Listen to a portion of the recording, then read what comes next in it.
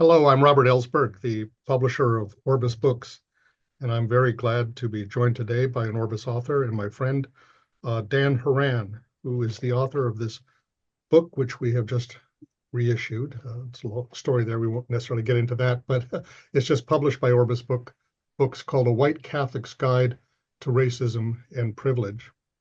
I'd like to welcome you, Dan, and I've been thinking uh, of how timely this book is, and yet it's a rather different time than when you wrote this during the time of the Black Lives Matter protests in 2020, when there was definitely a kind of interest in pursuing this kind of conversation, and white people were showing an openness to having these kind of uncomfortable conversations.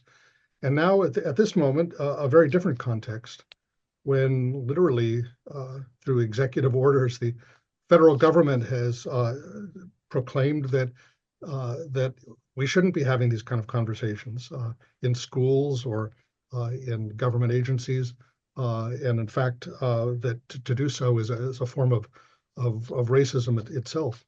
Uh, so I wondered if you could begin by just reflecting on these different contexts and how perhaps your book speaks now to this moment. Yeah, well, thank you, Robert. It's always great to be with you, and I'm delighted to talk about this. Not as delighted that there is a continual need to have these sorts of conversations, as you noted.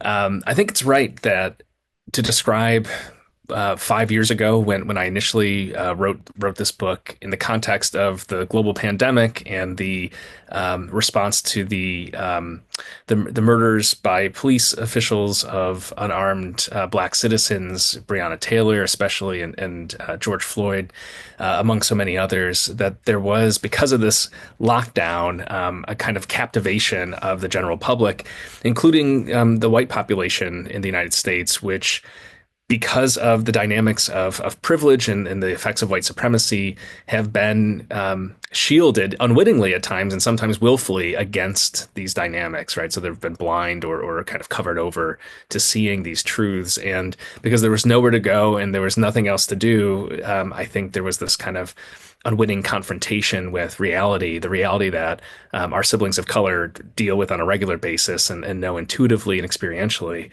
And so there was this moment. That's the origin of this book. I didn't think that I was the right person as a white cisgender man. And at that time, a member of the Roman Catholic clergy, sitting at the intersection of so many kind of vectors of privilege and authority, that my voice should be the one to kind of talk about this. But after consulting with a number of close friends, including fellow scholars, and especially friends and scholars of color who work in anti-racism and moral theology and this sort of thing, the point that was kind of hammered home for me, that kind of pushed me in the direction of accepting an invitation to reflect on this more broadly, was the need for folks who look like us, Robert, white folks in the United States, particularly white Catholics in the Catholic community, to talk about issues of racism and white supremacy, white privilege, and the like, in a context that didn't unduly burden our siblings of color, who are oftentimes put on the spot to kind of educate us or to tell us white folks what we need to know or what to do, which is really problematic.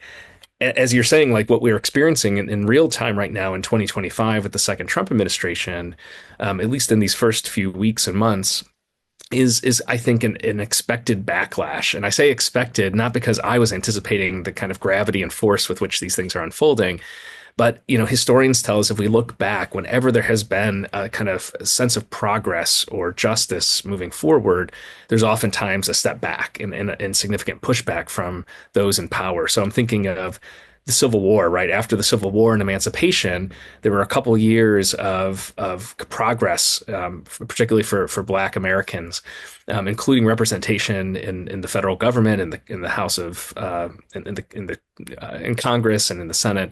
And then that all was kind of pushed back, right, during Reconstruction and the emergence of the Jim Crow era.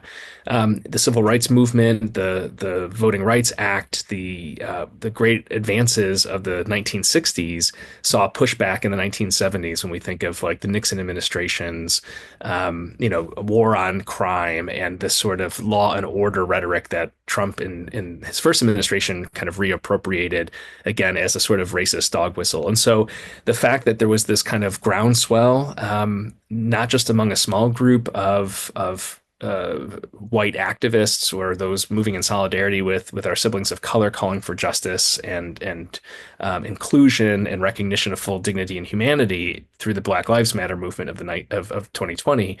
But that there's just like such an awareness of this. Inevitably, I think there would be a pushback. So the question is, what do we do? How do we respond in this moment? Mhm. Yeah, it's strike. I mean, it's been coming here for a few years. There was a pushback. I think with the first election of Donald Trump after the Obama administration, Yeah. and this sense that there had to be this kind of whitewashing, cleansing of the White House that had been occupied by a usurper, and the whole rhetoric from the first Trump administration. Now it's gone even further of make America great again, which what is that supposed to mean? Great for whom? Yeah. And So the time period, like if, yeah, yeah, taking go this ahead. very specific kind of well, what we saw in Florida, for instance, there was all of the at the Stop Woke Stop Education Act or whatever that talked about not having any conversations in school that could make white children feel uncomfortable, would cause them feelings of guilt. That had to be all swept aside. And now we have just this week the ending radical indoctrination in K through 12 schools, an executive order that again talks about restoring patriotic education in the schools, and again doing nothing that would suggest that any race should feel guilty about their about history or for being whatever color. We know what color we're talking about, but the whole war on critical race theory that was supposedly being taught in kindergartens, and stripping out any books from school libraries that deal with these. So here you are calling for the need for this conversation, and there are all of these efforts arrayed to say we we shouldn't be having these conversations, and that it's discrimination. It's a form of racism, that white people have been discriminated against by diversity programs, that sort of thing. So that this is actually a civil rights act, kind of realizing Martin Luther King's supposed dream of we will be judged by the content of our character, not by our skin color, that this is sort of the realization of that dream. So yeah, again, how does this book now speak to what we have to do now? Well, I think one of the things it can do, and I'm just thinking about the language that's being used that you summarized well by a lot of these legislators, politicians, and like-minded folks, where this is sort of called reverse racism or kind of anti-white racism, which is oxymoronic, right? That any kind of ism is always already a kind of prejudice or discriminatory set of behaviors that's tied to power, right? And so, the example I always use to kind of diffuse, particularly in the United States, the heated conversation among white people about racism, right? It's such a touchy subject that sometimes it's easier to kind of move into parallel examples of discrimination at a structural level. And so the one that comes to mind right off the bat is sexism, right? And so given the history of the way that men and women have related in society, in the family units and religion, it is absurd to say that, let's say, an individual woman's bias against men is the same thing as the institutional and historical structures that disadvantage women and have done so and continue to do so across every sort of evaluative measure, right? So like pay gap, the right to vote, access to healthcare, et cetera, et cetera, et cetera. And so there's no such thing as reverse sexism because men, maybe in an individual way, experience discrimination or bias in very rare, limited contexts. But as a whole, that just doesn't happen. The same thing is true around race. I mean, in a white supremacist society like the United States, we if we're honest about our history, and that's the key, right? You mentioned this like erasure of our history, a kind of literal whitewashing of what has actually happened and what continues to happen. If we actually pay attention to that, which is, I think, exactly what these politicians and activists are afraid of, then we have to grapple with the present. We have to grapple with our current complicity, right? The fact that things are not okay and things are not equal. Famously, King was referring to that point where he looked forward to the day when there was genuine racial equality, and then one can be judged by their character. The truth is, people are still being judged by the color of their skin, or their gender identity or expression, or their religious tradition, or nation of origin, language of origin, and the like. So, until we until we get beyond that, forget about this character thing. King's vision is long, away from being realized. Um, so one of the things I think, that I really strive for in this book is to help folks who look like me, who move through the world, other white Catholics in particular, to draw from our own religious tradition and heritage as in our faith, as well as the kind of best resources in terms of history, in terms of sociology, in terms of the study of race and racism in the United States and globally, to be able to respond to these sort of falsities like so-called reverse racism, which just doesn't exist, Well, it's become like this litmus test for any person of color who is being, going through hearings, for nomination. The question is America a racist society?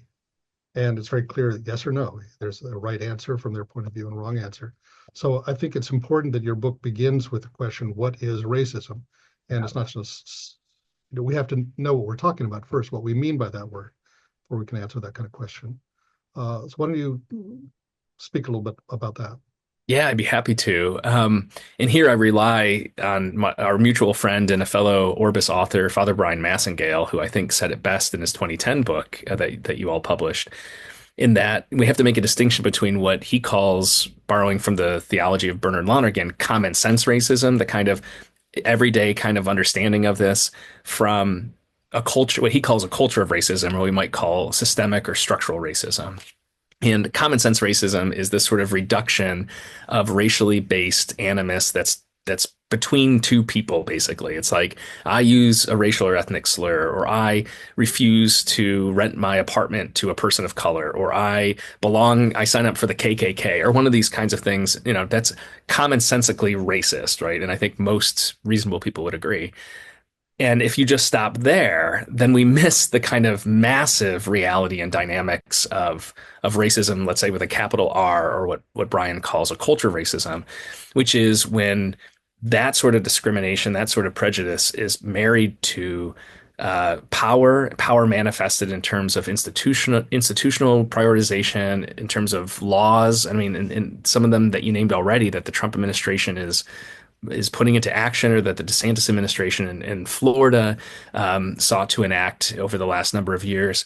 These are the reinscriptions of a kind of widespread social bias that advantages some and disadvantages others. And so I go back to that point I made earlier. Any kind of quote unquote ism, whether it's sexism or racism or ableism and so forth, is one particular group of people in this binary are or advantaged, or at least not harmed by the dynamics, by the presuppositions, by the laws, by the structures, by the way the way that we relate to one another.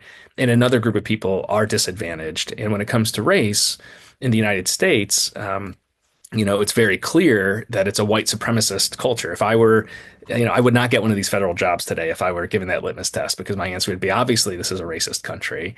It doesn't mean that everybody's a bad person. And that's another thing that's important to remember when we talk about racism, that, we are embedded in a network of relationships in a society of which we're a part that we don't have complete control over, right? I think some of the reaction, the resistance of folks who look like me to claims about like white privilege, for example, is that it gets confused and mixed up with all these other intersectional identities like class and economic disadvantage. And so a poor white person might say like, well, where's my privilege? Where is this thing? Where can I cash that check? And yet, as a white person, you can move, even the poorest white person, as I say at one point, or I've said in the past, think about going into Macy's in New York City, right, in Manhattan. The poorest white person can walk through there and probably not draw the attention of anybody, including security. But an unrecognized Oprah Winfrey as a black woman might be viewed as suspect if she's not recognized for her celebrity status, right? And so those two dynamics at play reflect a kind of cultural presupposition that is so much more than just are you a bad person because you're a quote unquote racist. And that's why I think, I have no shame in acknowledging, I should say, I have no personal shame in acknowledging that I have been reared and have grown up and socialized in a racist society, a white supremacist society, because it was not something of my choosing. The responsibility I have, and that I invite my fellow white folks of faith to have, is are we willing, as our tradition calls us to look not only at the things we have done in that common sense racist way, but the things we have failed to do, which is recognize how much bigger this picture is and what role we play in it, because we all play some role. Well, that leads to a kind of second concept referenced into the title of your book, and it's a very important one, is privilege, white privilege. Maybe speak a little bit about how you say that racism and white privilege are two sides of the same coin. Say a little bit about what that means.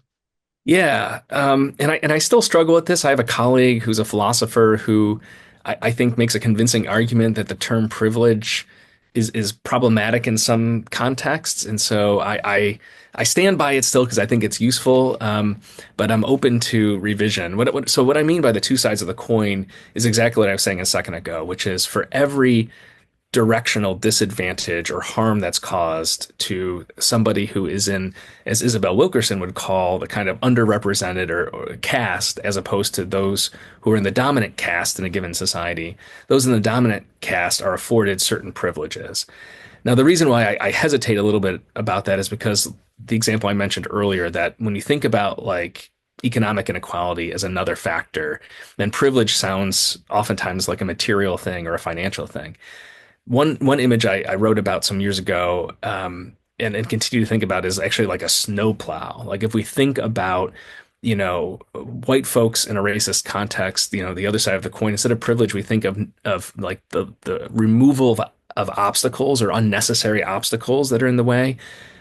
People of color in this context have to overcome more obstacles that, again, are not solicited or unearned, have nothing to do with merit, but are just, placed there or predicated there based on a factor that is arbitrary, like the color of their skin.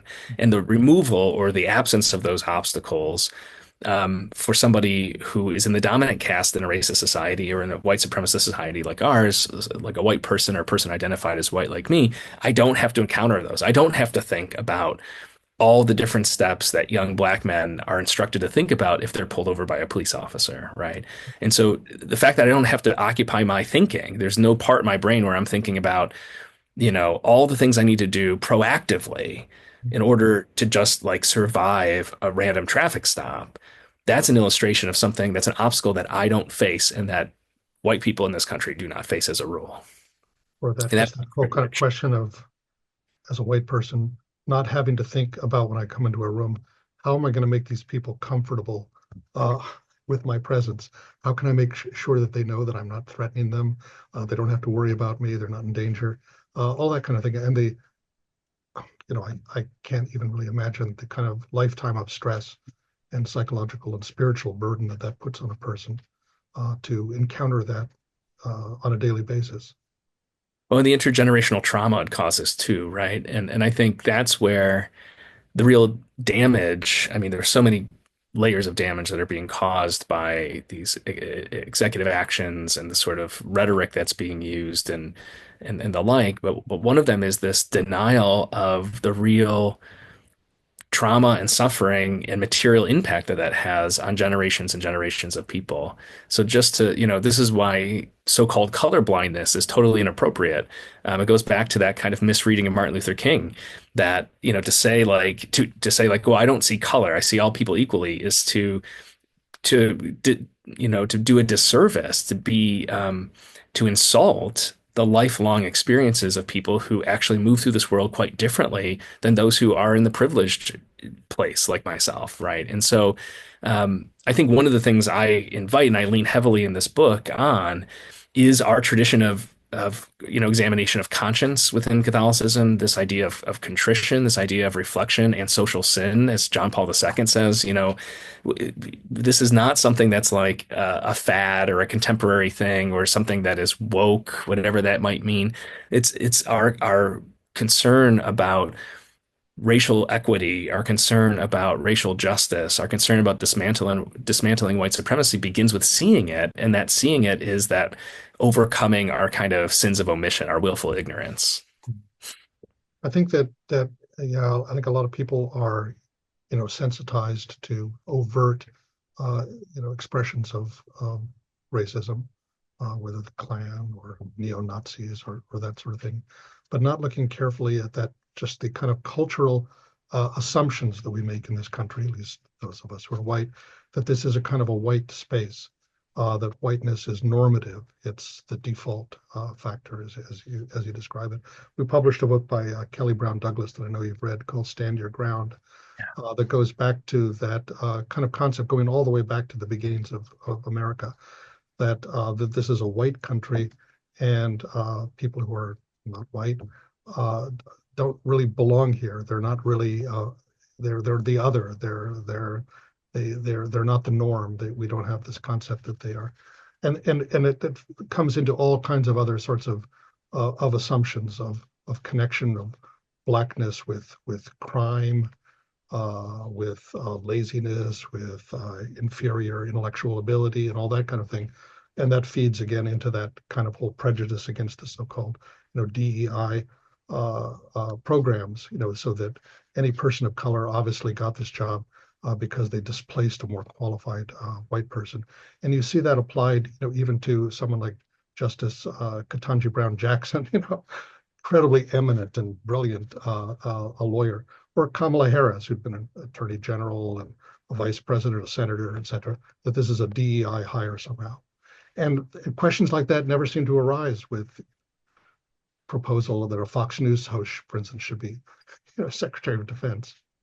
Right. Well, that reminds me of this brilliant article after Trump's first election by the great writer Ta-Nehisi Coates in The Atlantic, where he referred to Trump as our first white president. And the argument he made was built on what you had said earlier in our conversation about the whiplash, the reaction to 8 years of the first president of color, Barack Obama, who had zero personal scandals. The big joke, of course, was like the media went wild one time when he wore a tan suit for a summer press conference, and that was like the biggest thing. And in effect, Ta-Nehisi Coates, and I'm paraphrasing here, says, just the kind of depth of the white supremacy in this country is revealed when the next president is elected as like the worst white person possible. It shows you just like, in order for somebody like Barack Obama to ascend to the highest, office of the land, he had to be like, he had to literally win the Nobel Peace Prize during his election. And meanwhile, Donald Trump, who I won't even go there because there's not enough time to cover the territory of the fecklessness and the kind of the obscenity and so forth.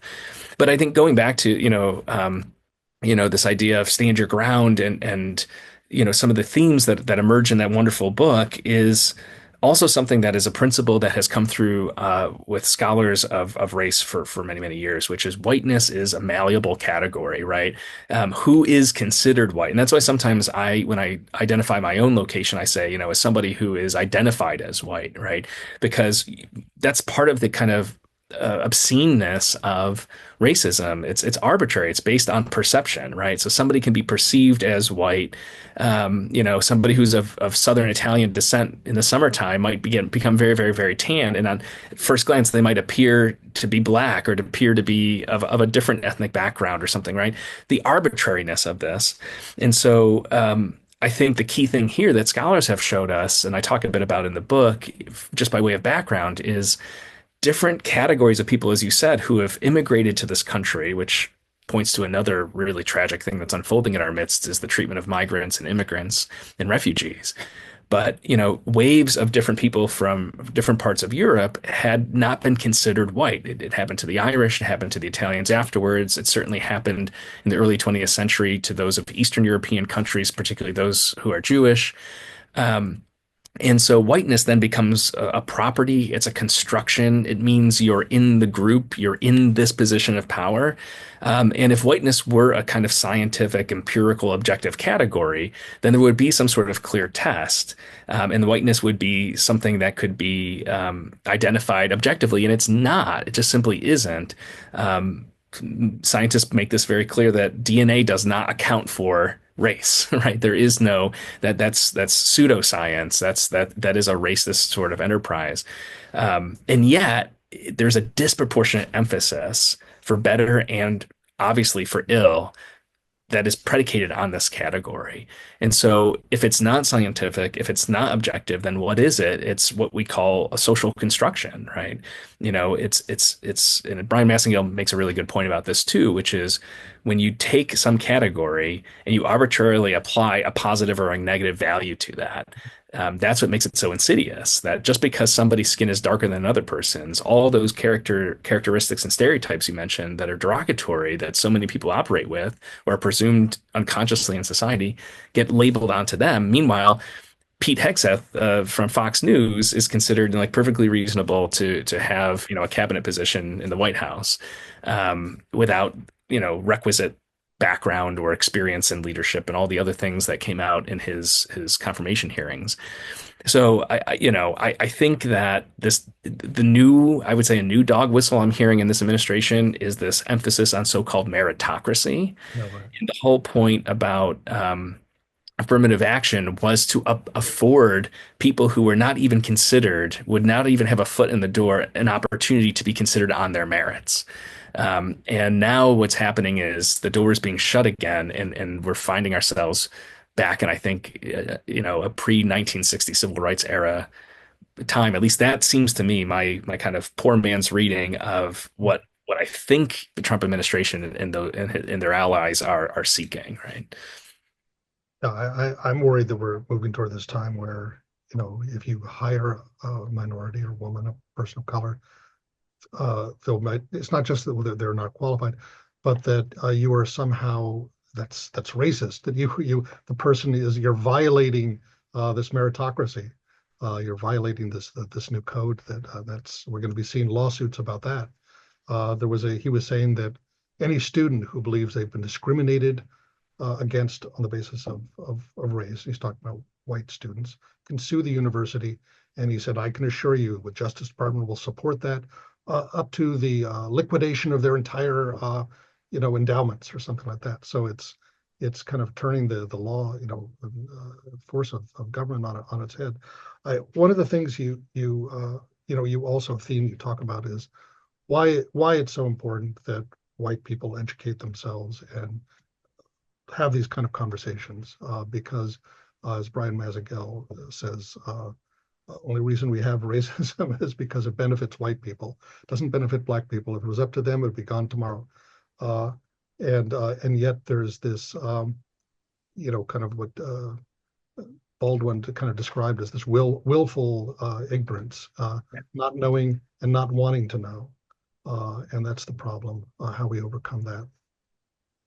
Yeah, I mean, I think you summarized it well, and I do mention James Baldwin and cite him throughout here as well. I mean, the wisdom that he presents to us is really striking, and it is. This is why this book in particular is a resource for people of faith, because what is it that motivates us to do the thing that's uncomfortable? And I think of two things. One is white folks need to learn, right? Because the nature of that two-sided coin of racism is that those who benefit from these social structures and presumptions, all the things we talked about already, structural racism, as it were, and systemic racism, the system is set up to prevent you from seeing these dynamics. And so, the starting point isn't actually one of culpability, right? It's like I'm not morally culpable for lowercase r racism, but I am part of a system in which I am, and in the Catholic tradition, Christian tradition, we talk about the community of saints. We're united to one another through baptism as one body of Christ. So I am intimately connected to everybody else, all of my sisters and brothers and other siblings in the church and in the world, right? And so I have an obligation to know about this. One of the things I think that leads white folks in particular to avoid these topics and conversations is the discomfort. And we saw that as a prime motivation in the Florida bill about this was some years ago, and I think you mentioned it earlier that Governor DeSantis introduced. We've seen it in copycat bills in different states around the house, around in houses around the country, and we've seen it as well in some of the rhetoric in the current Trump administration. And the thing that's laughable about these sort of trying to prohibit white students, which is implied, of course, from feeling uncomfortable in the classroom, is that learning is inherently discomforting. And I always tell people this, including my students, that it's always going to be uncomfortable for two reasons. One, you're either learning something new that you never knew before, which exposes your ignorance, and that can be uncomfortable, right? It can also be wonderfully thrilling and exciting. I mean, I've given my life to education. This is my world, and so I think it's great. But the other possibility is that you already knew something, you presupposed something, and you learn the truth, and it forces you to reevaluate, and then you have to relearn something, and that can be uncomfortable too. That means what you thought you knew may have been wrong or just misunderstood. And so people, basically what I see these laws arguing for is willful ignorance, going back to that Baldwin point, this desire to not know. They don't want to learn at all, actually. I don't want to learn about the history. I don't want to learn about the present. I don't want to learn about anything. Um, which I think fits quite well with some of the initiatives and some of the complete BS that's made out of whole cloth in some of like Trump's statements, right? We see this time and again, and we saw it through the campaigns. And that's really dangerous because lives really are at stake. And we see this in lots of different ways. And so, one of the things that I think is important, Pope Francis has called for this as well, is not shying away from those uncomfortable big issues, whether it's climate change, whether it's what he calls the virus of racism. And he talked about that during the COVID-19 pandemic, that he said there is another pandemic, another virus, a virus of racism. So there's a lot of work that needs to be done. And my hope is that this book is kind of a primer, just a little kind of beginning, that if you're a white Catholic or a white person of faith or somebody who's interested in learning a little bit more, I hope that this guide will be useful and then direct you towards so many other resources. Well, in the few minutes we have left, it takes us to that other word in your title, Catholic. I think that this book could be obviously profitably read by all white people, but you do have a special kind of interest in speaking to Catholics. So how does the question of racism, white privilege, and what we do about it extend and apply to the church? Yeah, I think it's true. I mean, it's one of those things where going back to the origin story of this book, I was really mindful not to kind of be, the kind of author who is going to presume that this speaks to everybody in every circumstance. So I wanted to be very particular about who this book is targeted to, but I have heard from non-Catholics. I've heard from Catholics of color and non-Catholics of color too, who have read it or have checked out parts of this. And I say early on, like, if it resonates with you, that's great, but I'm not here to speak for anybody else or to tell anybody else's story. I want to speak to people who are in situations similar to mine, who look like me, who move through the world like me. And part of my identity is as a Catholic Christian. So there's that kind of motivation. The other motivation was that, certainly 5 years ago, there were few resources like this at the time when there was a lot of hunger for more knowledge, where there was an opening for reading groups and resources. I think there still is that hunger. I think there are people of good faith, people of goodwill who do want to learn more. And despite the kind of national rhetoric and the kind of polarization we're experiencing in this country, there is an audience for this resource. But then the third category is, as a Catholic theologian, we in the United States in particular have a very mixed history in the way that our church leadership has responded to the reality of white supremacy and racism in this country. And I'm not the first by any means to kind of survey the last 50, 60 years where statements have been promulgated by the Bishops' Conference. But I will say that, in the wake of increasing violence and toward unarmed people of color, particularly by police officers, and especially with the advent of smartphones and video recording, that these things could be undeniable now, that there was like public record of this, that the bishops put together an ad hoc, and that's curious that it's an ad hoc temporary committee for the purpose of doing something reflecting on racism in this country. The document that they came out with in 2018, I felt was far insufficient for the needs that we have in our communities and in the nation more broadly, and in the church in the U.S. And so, that's really one of the motivations here, is that we have a lot of work to do, and we can't wait around for it to come down top down necessarily. And there are also, I know, there are Alex and others, and you have so many authors in the catalog at Orbis who have both white and black, who have authored really tremendous resources, many of which I cite and refer readers to in this book. But it does take a community. It takes, as they say, a village. But white folks have a responsibility to have these conversations, to educate ourselves and one another in order to be better brothers and sisters and siblings to our siblings of color. Thank you, Dan.